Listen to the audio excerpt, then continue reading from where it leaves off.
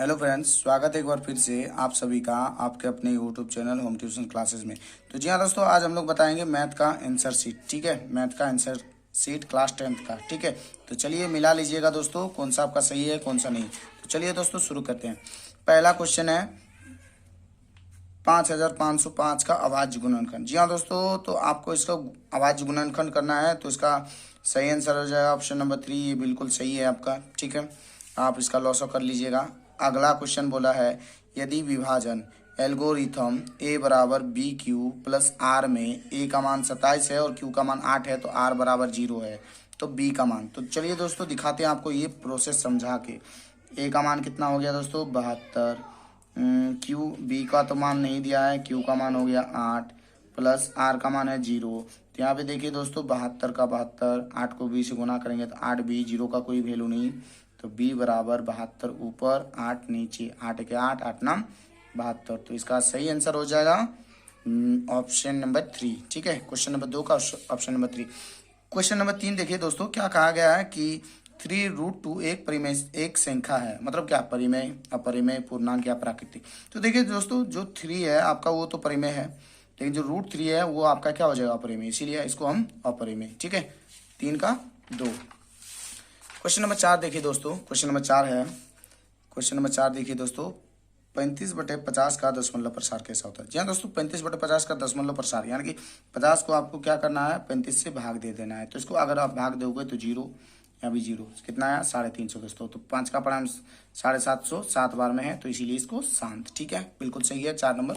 दोस्तों question number 5 देखिए, question number 5 देखिए दोस्तों, क्वेश्चन नंबर 5 है, y बराबर पी एक्स का ग्राफ दिया है, बहुपद पी एक्स के शून्य को शून्य। जी हाँ दोस्तों, सबसे आसान है तरीका कि x वाला जो लाइन है ये इस प्रकार का, तो टच कितना बार कर रहा है 1 और यहाँ पे 1, तो कितना हो जाएगा दोस्तों 2, यानी कि ऑप्शन नंबर 3 इसका सही हो जाएगा क्वेश्चन नंबर 5 का। ठीक है, आगे देखिए दोस्तों क्वेश्चन नंबर 6 की,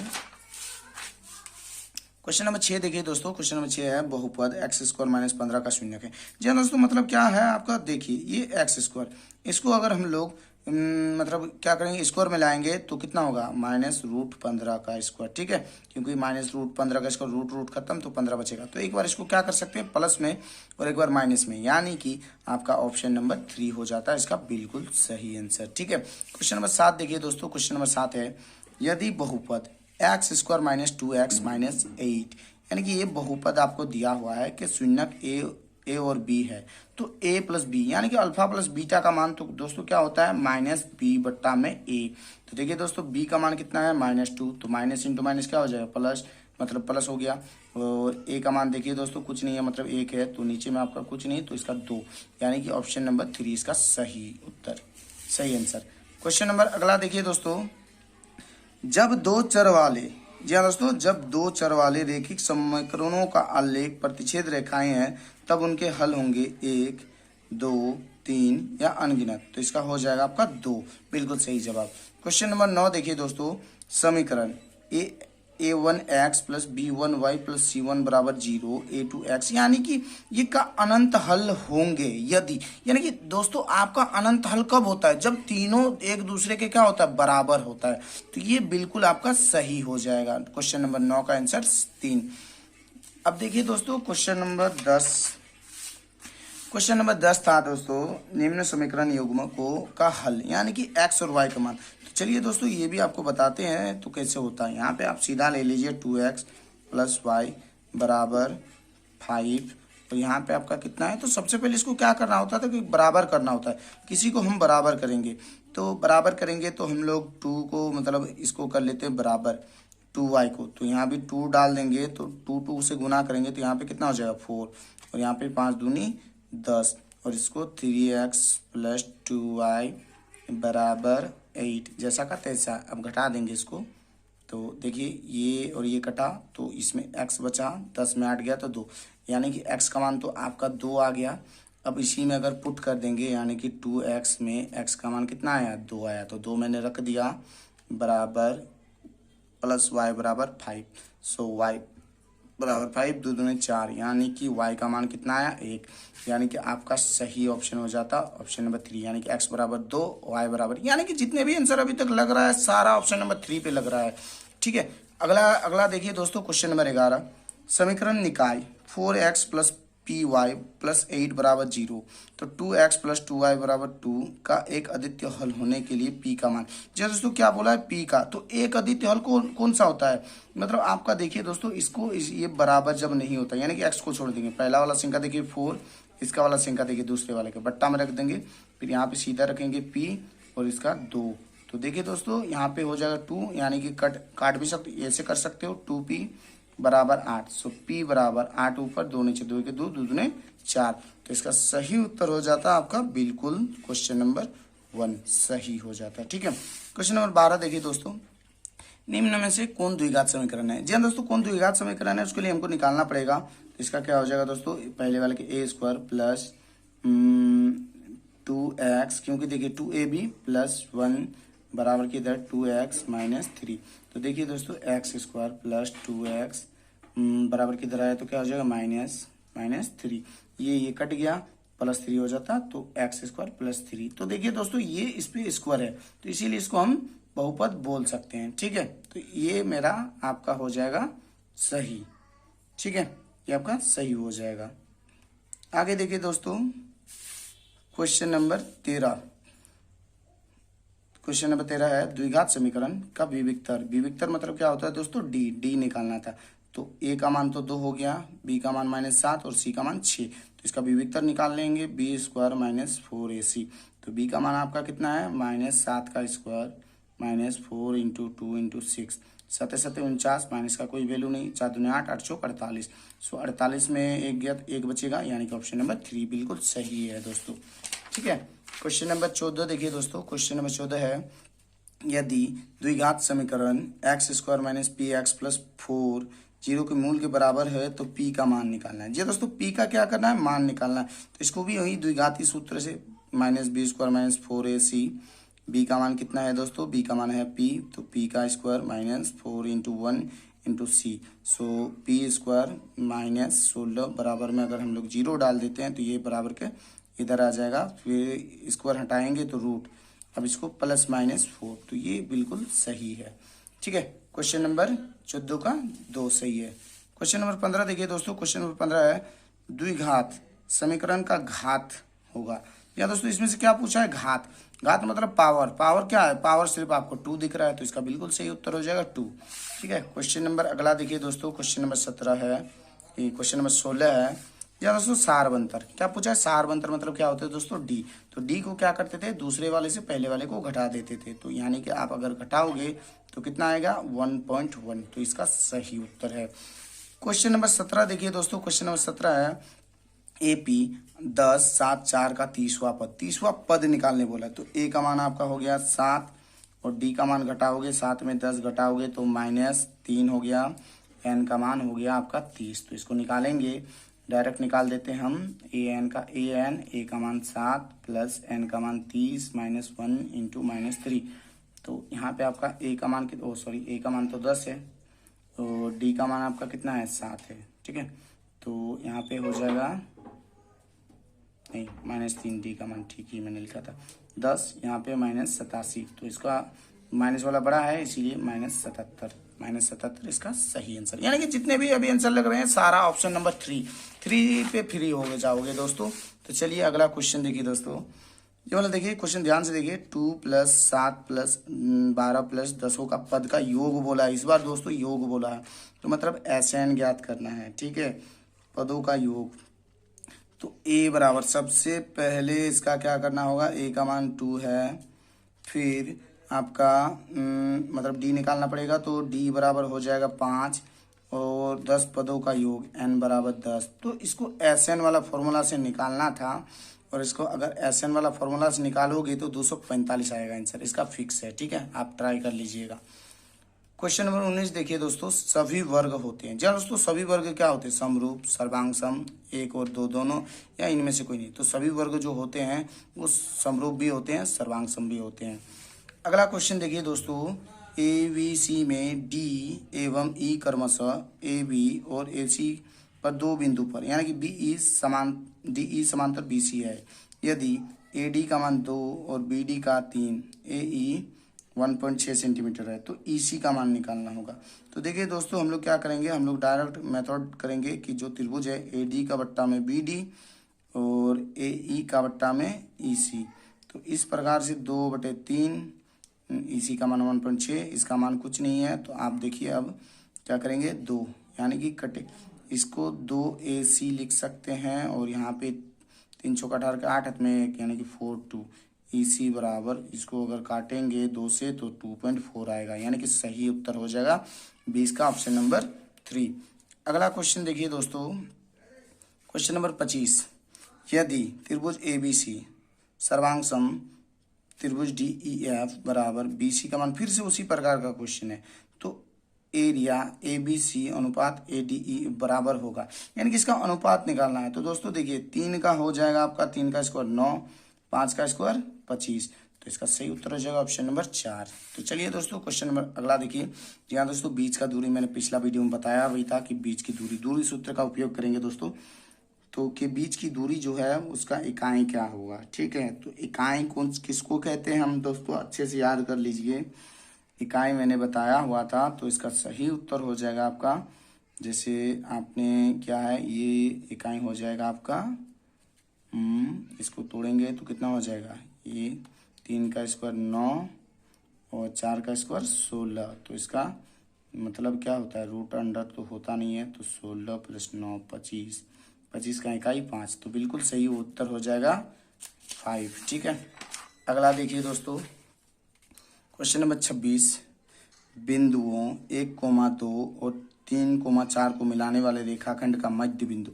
क्या दोस्तों, इसका क्या पूछा है, मध्य बिंदु। तो मध्य बिंदु का निर्देशांक क्या होता है दोस्तों, सूत्र होता है x1 + x2 बट्टा में 2 और y1 + y2 बट्टा में 2। तो देखिए दोस्तों, क्या हो जाएगा, 1 + 3/2 और 2 + 4/2, तो यहाँ पे 2 और यहाँ पे 3, यानी कि 2,3, ये हो जाएगा आपका सही, 23 का 2 सही। अगला देखिए दोस्तों, यहाँ पे दिया है त्रिभुज का क्षेत्रफल, ABC का क्षेत्रफल, मतलब त्रिभुज 3 को मान दिया हुआ है ABC का, तो इसका सूत्र बैठा के, यानी कि सूत्र क्या हो जाता है दोस्तों, 1/2 x1 प्लस ये वाला सूत्र से आपको ये वाला क्वेश्चन का पता, plus x2 y3 - y1 plus x3 y1 - y2, इस सूत्र का प्रयोग करके हम लोग निकाल लेंगे कि क्या हो जाएगा आंसर आपका। x1 कितना है, 0, तो यहाँ पे y1 कितना हो जाएगा दोस्तों, y1 नहीं y2 बटा y3 होता है, ठीक है। तो y2 कितने हैं दोस्तों, 0 माइनस y3 कितना है, 1, ठीक है, प्लस x2 कितना है दोस्तों, 4, y3 कितना है, y3 1 माइनस y1 कितना है, 0, प्लस x3 कितना है, x3 भी 0, y1 कितना है, 0, माइनस y2 कितना है, ये भी 0। तो ध्यान से देख सकते हो, आपका 4 बचा, तो 4 ही निकलेगा, 4 बचा, इसको काटोगे तो आपका 2, बिल्कुल सही जवाब है, बिल्कुल सही उत्तर है। अगला देखिए दोस्तों, क्वेश्चन नंबर 25, यदि cos A बराबर 3/4 है तो कोसेक, जी हाँ दोस्तों, कोसेक यानी कि आपको यहाँ पे आपको प्रूव्ड करना है कि cos जो है वो 3/4 है। तो सबसे पहले हम लोग निकाल लेंगे, कैसे निकालेंगे दोस्तों, cos के लिए क्या होता है आपको पता होना चाहिए। तो सबसे पहले हम लोग क्या करते थे, साइन, यानी कि आपका हो जाए आधार बटा कर्ण, ये आपका आधार है और कर्ण है, आपको पहले लंब निकाल लेना होगा। तो लंब निकालने के लिए क्या करेंगे, 5 का स्क्वायर करेंगे माइनस 3 का स्क्वायर, 5 × 5 = 25, 9, यहाँ पे रूट डाल देंगे क्योंकि इधर का स्क्वायर होता है, तो 25 में 9 गया तो 16, 16 का वर्गमूल कितना होता है, 4, 4 हो गया। कोसेक, कोसेक किसका उल्टा होता है दोस्तों, साइन का उल्टा होता है कोसेक। तो साइन के लिए क्या होता है, लंब बटे कर्ण, तो इसका हो जाएगा कर्ण बटे लंब, यानी कि 5/4, 5/4, ये रहा आपका सही उत्तर। क्वेश्चन नंबर 6 देखिए दोस्तों, क्वेश्चन नंबर 6 है, यदि 2 sin A बराबर √3 तो A का मान, जी हाँ दोस्तों, A का मान इसमें डिग्री में आपको बताना है, तो sin A का मान क्या हो जाएगा, √3/2, √3/2 किसका मान होता है दोस्तों, 60 डिग्री का, ठीक है, ये आपका बिल्कुल सही है। आगे देखिए दोस्तों, cot 90 - A, तो कॉट जो है वो 90 - 1 क्या होता है, कॉट का उल्टा क्या होता था 10, तो इसकी ये सही उत्तर है। अगर देखिए दोस्तों साइन स्क्वायर ए प्लस कॉस स्क्वायर ए का मान क्या होता है 1 होता है, ये तो आपका सूत्र है।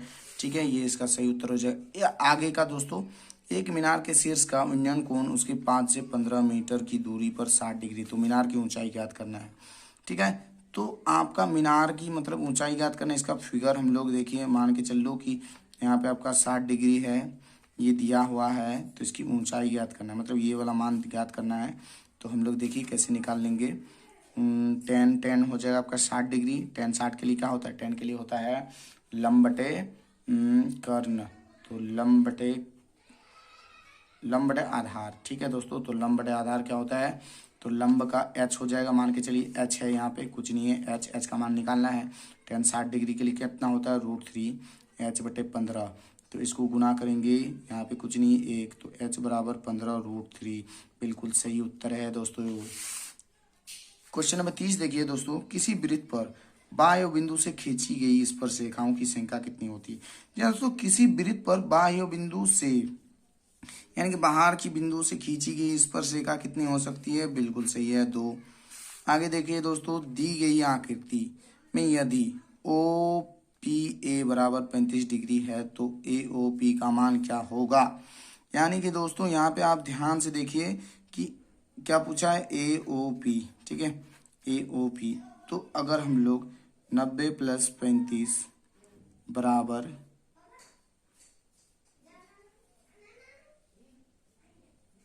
बराबर हम लोग 180, तो 90 10 100 कितना हो जाएगा दोस्तों, 90 10 100 125 बराबर 180। सो 180 में 125 घटा देंगे तो 5 यानी कि 55, बिल्कुल सही जवाब है, इसका आंसर हो जाएगा 55, क्वेश्चन नंबर 31 का। ठीक है, आगे देखिए दोस्तों,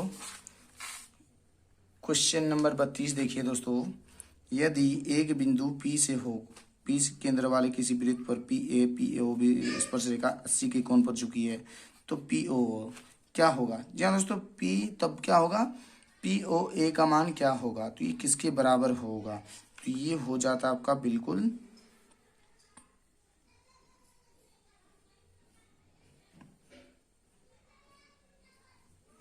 हो जाएगा आपका 70, ऑप्शन नंबर 3। निम्न में से कौन वृत्त के क्षेत्रफल का सूत्र है। जी हाँ दोस्तों, वृत्त का क्षेत्रफल कौन है, वृत्त का क्षेत्रफल क्या होता है दोस्तों, πr², यानी कि ये आपका सही हो जाएगा। आगे देखिए दोस्तों, यदि किसी भी अर्धवृत्ताकार खेत की त्रिज्या 7 है तो उसका परिमाप पूछा है, मतलब परिधि पूछा है, तो क्या होता है परिधि दोस्तों, 2πr, तो 2 इंटू पाई का मान 22/7, आर का मान 7, 7 7 खत्म, तो 22 दूने 44, इसका भी आंसर हो जाता है 44। ठीक है, परिमाप किसी का भी पूछे,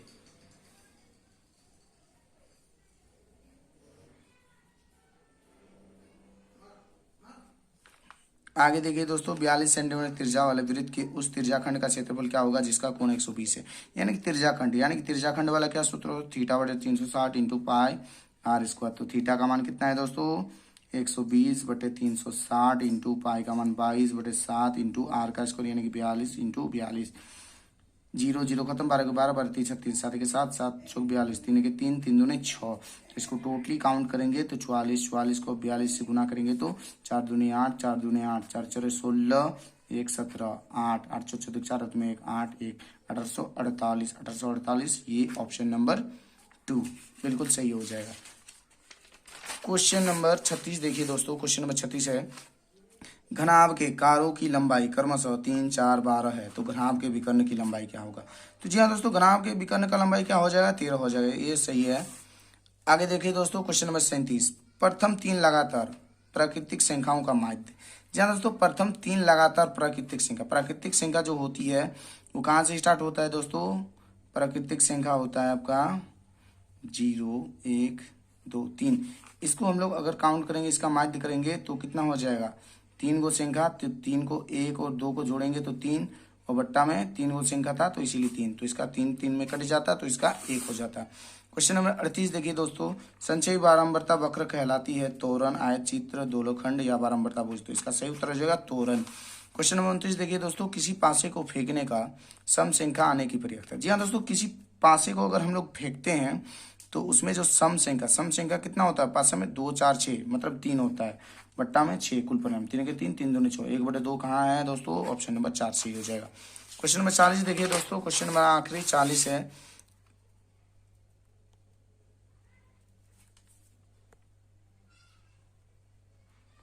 दोस्तों निम्न में से कौन सी किसी घटना की पर्यायता नहीं हो सकती, मतलब किसको हम और नहीं घटा सकते हैं, ठीक है। तो क्या 6/5, 6/5 को अगर हम लोग भाग देंगे तो कितना हो जाएगा, 6